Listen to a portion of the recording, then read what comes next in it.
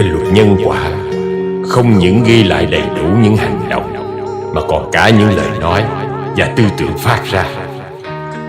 Trên cái không trung bao la này, mỗi vì sao ví như một con mắt vũ trụ. Khoảng không vô tận thì chỉ như một kho chứa đựng tất cả những hành động thiện ác của muôn loài.